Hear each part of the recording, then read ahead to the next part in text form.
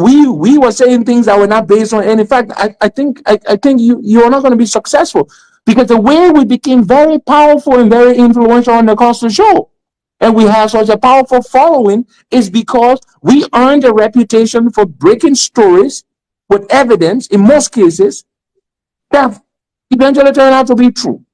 So my brother, just leave that. Let's not do the commentary after the fact. No, Costa, we're not doing commentary after the tax. What I'm trying to bring here, I think you are guest today on this show, and we're trying to go back and we go deep into the process of integrity, the process of setting record. Is it the same? I'm not trying to dig beyond and go after and to go bring old wounds out. What I'm trying to say to you moving forward, because yes, what I'm saying is, you spoke fearlessly and lambasted certain elements that is currently in high-profile position in government. True. But recently, you did a commentary. True. Now you did a commentary trying to paint those people that you lambasted heavily to be good.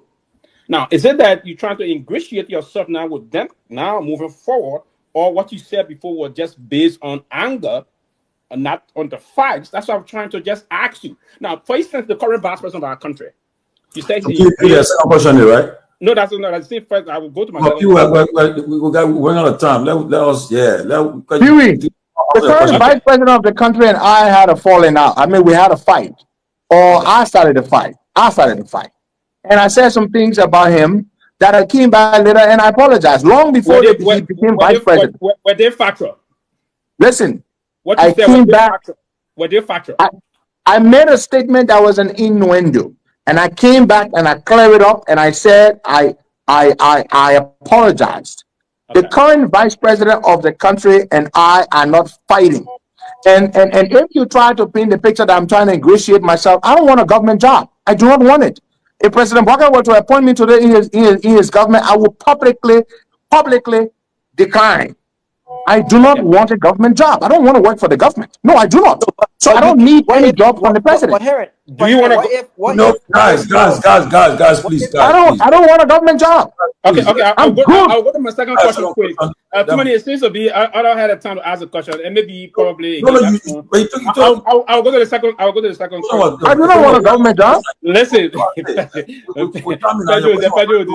Okay. I'm looking for money. Look, let me tell you why I don't want a government job. Several reasons, but the primary reason is that government job will not pay me well enough. Do you want a government? The kind of money that I want, I can't make it in the government. Do you want a government unless I steal like some people do? So I don't want a government job because I want to make money. There's no money in government except you steal. Do you have any money to do? Yes, I do. I'm doing mining. I'm trying to. Yes. Is the government? I have licenses. I'm doing mining, and I'm a Liberian citizen. And guess what? And the government did not do me a favor. I'm a Liberian. I'm entitled, and I'm entitled to it. I didn't go and beg anybody for it. In fact, I didn't even go to the president to ask him to give me mining licenses. No, they issued me mining licenses. I have mining licenses currently being processed, and the government is very professional in handling that. No politics has influenced anything whatsoever. The government is not stopping me from doing it, and I'm not begging because I'm a Liberian citizen. Yeah, so years and years, and they divorce their spouse, or the spouse divorces them, and they go their separate ways. People join the political movement, they support it, they do everything they can, and one day they get up and they leave. Take the deputy speaker today. Today, he's affiliating with the Unity Party government. Take the current vice president, Jeremiah Kuhn. He was not always with Unity Party. But you know why? Why do people make such a big noise about Henry? When it comes to Henry Carson making a political decision to leave one camp for another camp, then they vote us on integrity? What sense does that make? It's silly. Now, why I admit that it is silly, or why I say that it is silly, I will also admit that on my part, I acknowledge that the decision to go with my party to the CDC was not my own decision. I did not want to go to the CDC. I publicly said it. I'm not a fan of the CDC. I went to the CDC because I followed my political party, and I think it was a mistake. Yeah, I've acknowledged it. I should have sat the election out. You see, people have to understand this. My party is an institution, but I'm Henry Costa. With people who looked up to me, who don't care whatever my party does, they do not care. There are people who supported me who are not members of my party.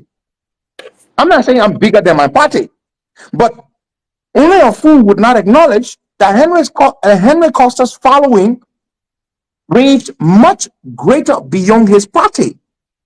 So when I made a decision to go with my party, was a mistake that I made.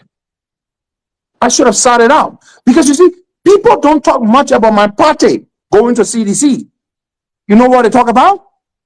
Henry Costa. And I hope I don't sound arrogant, but it is the truth. I'm sure you guys can bear me witness. People don't really talk about ALP going to CDC. They say Henry Costa. So they beat on me more than they beat on my party. You know why? Because I was the voice and the face of the Boakai movement. So the people that I rallied to the Boakai cause have every right to be mad at me for abandoning them at the 11th hour. I'm not proud of that decision or that action, because it was not my decision. I followed my party. I was trying to be party disciplined. Robert, but let's not border on integrity. All the people who crisscross political parties here, you say they don't have integrity? In the US where you are, Robert, people they leave the Democratic Party today, they join the Republican Party. It happens all over the world. So when it comes to me, then it's different. So then it's about integrity. It had nothing to do with integrity. It was Henry Costa simply following his party to join the CDC. And I should not have done it. I can publicly say here, I should not have followed my party. Because you know what? Because you know what? My support base is greater than my party membership or the rank and file of my party. That is the truth. And I see it now more so now than I even imagined it to be. Because people beat on me. They don't beat on my party. So let me push back before I ask my second question. Why would I regret? Look, Robert, when you make a decision, Robert, when you make a decision, whether that decision was your decision originally or not, or a decision that was made for you and you played along or follow along, ultimately, Shakespeare said this: all is well that ends well. If CDC had won, maybe I would not have regretted, but CDC was not my choice. Look, I left the Joe Boakai bandwagon in March, well, in April. I didn't join CDC until October 28th. May, June, July, August, September, October, 6 months later before I joined the CDC bandwagon. Now, people, those who try to make it about, okay, Costa went there because of money. Do you think money was not being offered from the very beginning? CDC engaged me directly. I refused to go. Then CDC went and engaged my party. That is what happened. CDC wanted me to go ever since. The moment I left Joe Boakai, CDC wanted me on their side. But I did not go. I did not go in May, in June, in July, in August, in September. It was late October before I went along with my party. So people have to understand here, I did not go for my own interest. I went with my party. And I admit, Robert, that I should not have gone with my party, because I get beat up on more than my party. And the people who beat up on me, they are right, because I was their voice. I was their face. It was not my party. My party was not their voice and their face. It was Henry Costa. And so they have every right to hold me to account. I was the commanding general. I led the men and women on the front line, and I abandoned them in the 11th hour. At least what they expected me to do since I left the Boakai bandwagon was to stay neutral. And Robert, no matter how many times or how many ways you ask me this question, I'm not going to change my answer. The honest answer is I was wrong for following my party to CDC. Thank you. And just so you know, CDC will not like me. You know what CDC wanted me to do? They wanted me to remain with them. When I wasn't really with them, they're angry. When you see a lot of citizens will be attacking me because two things they wanted. Either Costa stays with us and blast the government for us, which is never going to happen. I didn't steal your millions with you. Why the hell should I talk for you? I'm not going to do that. I'm no fool. You got George, we are flying private jet all over the place. When we know before he became president, they didn't have that. He got $200 million back. I didn't steal money with you. I'm not McGill. Why should you expect me to blast the government for you? I will not do propaganda for the government. I will not lie for the government, but I will also, particularly, not fight for CDC. CDC is an unsophisticated bunch. So they're not good in opposition. They are not good in governance either. So it's up to them. Unity Party is having it easier than CDC had it. Because when we were in opposition, because I no longer consider myself to be in opposition, I am now with the government, but I'm now also against the government. And I support the president. But you are friend to the government. Oh, yes, I am a friend to the government. The president is my uncle. Yeah. We have a personal relationship. Yeah. Yes. And when I have issues, I go to him. I express my concerns to him. I take them directly to him. Yeah. But there are things I will publicly speak to. And there is no friction whatsoever. The president does not take offense. Unlike George Weah, where you got to prostrate and worship him or kiss his feet. You don't have to do that with Joe Buarque. So it's easy to maintain a great relationship with him. But CDC, they are not a sophisticated opposition, period. And I wish them luck. That's their business, but I'm not part of that. Mr. Gaiman. Yes. Let's look at the legislative process and look at the legislature. You saw, you admitted yourself that it was the situation in the country was total an embarrassment to the country. Let's discuss the legislative body. Let's look at the entire legislature, and your own honest assessment.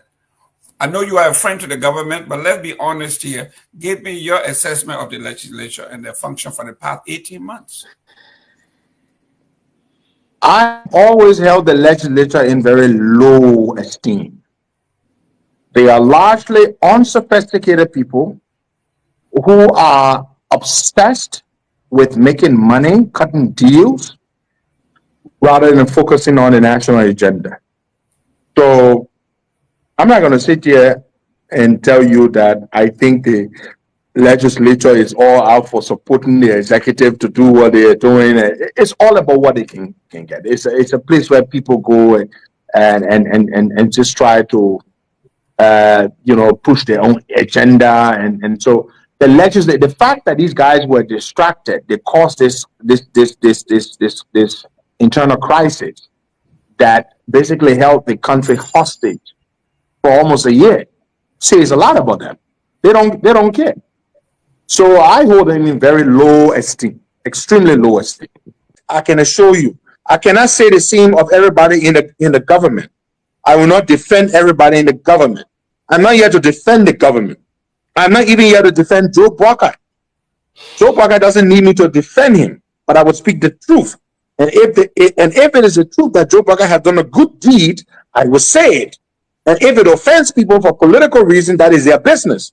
But these are the same people who supported a George Weah who was building mansions while they were hungry. And today they complain about hunger. I'm back with you guys. Look, Robert, you hear me? Robert, you are not a wealthy man. No, but if you became president today, they will make modifications to your modest home that you currently own. That is the way it works. Right, I agree. They do that for presidents all over the world. Okay, I Presidents have certain benefits. Joe Buarque did not. Let me tell you what Mr. Weah did. When Mr. Weah became president, he blocked the road, a major road, the rehab road. Nobody could pass in front of Weah's house. Joe Buarque is president and lives in the same place. We still pass there. He never blocked the road. So, Robert, Joe Buarque I've been in the house. I know the house very well. And I can tell you this, They've done a few modifications, like change some furniture. Come on, he's the president of the republic. His salary can afford furniture, or the government can afford to put furniture in his house. When the former president, turned over vehicles that were purchased by taxpayer dollars that is not even 2-3 years old. So how do you reconcile that? Well, look, I don't know the details. And I think LEC is back and the guy is trying to switch because the storm has calmed. I don't know the details about those vehicles, but I heard what the EPS said. The EPS said the presidential motorcade, the two vehicles the president rides in, those vehicles were old and they were about 5 or 6 years old and they needed to be replaced. And they replaced them. And I see some of you guys quoting all kinds of figures. Look, let me tell you something. I know the company that was given the contract to purchase those vehicles. It was a Liberian company. I will not call the company's name. It was a Liberian company. And the company is owned by somebody I know. And those vehicles cost nowhere near $1.2 million. He's a very good friend of mine and a very good friend. He got the contract. I didn't even know until he told me. So what's the estimate cost? You know? Huh? What do you think is the estimate cost of those vehicles, according to your friend that will not be named? I don't know. I didn't ask, but he told me this. He said, bro, they are way less than 1.2 million. Are you kidding me? Look, those vehicles, the basic model is $150,000. $160,000. Basic model. 115. No, it's more than that. I'm trying to get 115. I said the basic model. Basic model. When you buy it, the basic model is $150,000. Then you have to. Then they have to bulletproof them, customize them. They had to fit them with armor. That's all they put in it. The only thing they put in those vehicles, the armor plated the vehicle. That's all. That's all they did. They didn't do anything else. All the other things people are saying that they did, they didn't do those things. So those vehicles, each of those vehicles, if you talking, and I did some research, how much does it cost to armor plate or to bulletproof? Let's use the Liberian way we say it. A vehicle of that size, and it's nothing more than $150,000. Nothing more than $150,000. So each of those vehicles could have cost something around $300,000. But again,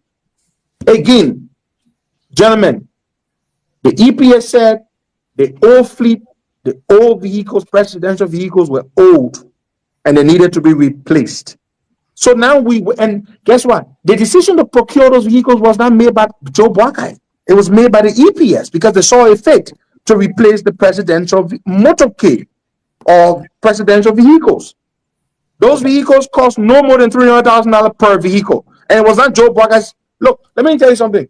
When the president used to go to the States, I used to drive the president around in my little Barbie Solo, my little old Range Rover. The Lexus or the Porsche? Which one? No, my Range Rover. Oh, yeah, but the president did not mind. As long as it was comfortable, it didn't break down on the road. But this is not a man that cares about luxury. He didn't have money then, so he had no choice.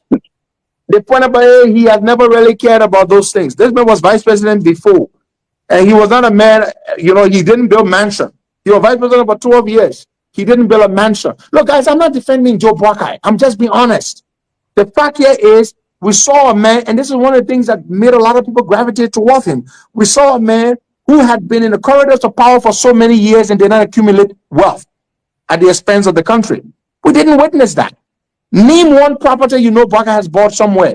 By this time in Weah's administration, he had built condominiums everywhere, bought a home in Paris. His son was arrested in Paris for having parties and bringing prostitutes and playing loud music because we have bought a $2 million house in some rich neighborhood in Paris. It was out there. We all.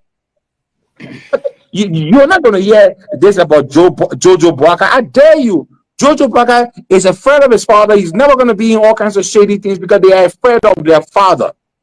So I will not sit here to defend Joe Boakai. It is not my job, but I'll speak the truth. Thank you. I'm told President Boakai got to the point where he said, I don't want it. And that's why he's been flying commercial for several months now. But that's not George Weah. George Weah went to Qatar for the World Cup, spent 48 days, and took $1.5 million to go watch his son play football. So there's no way, Nimsek, you can compare these two individuals. Absolutely no way, Nimsek.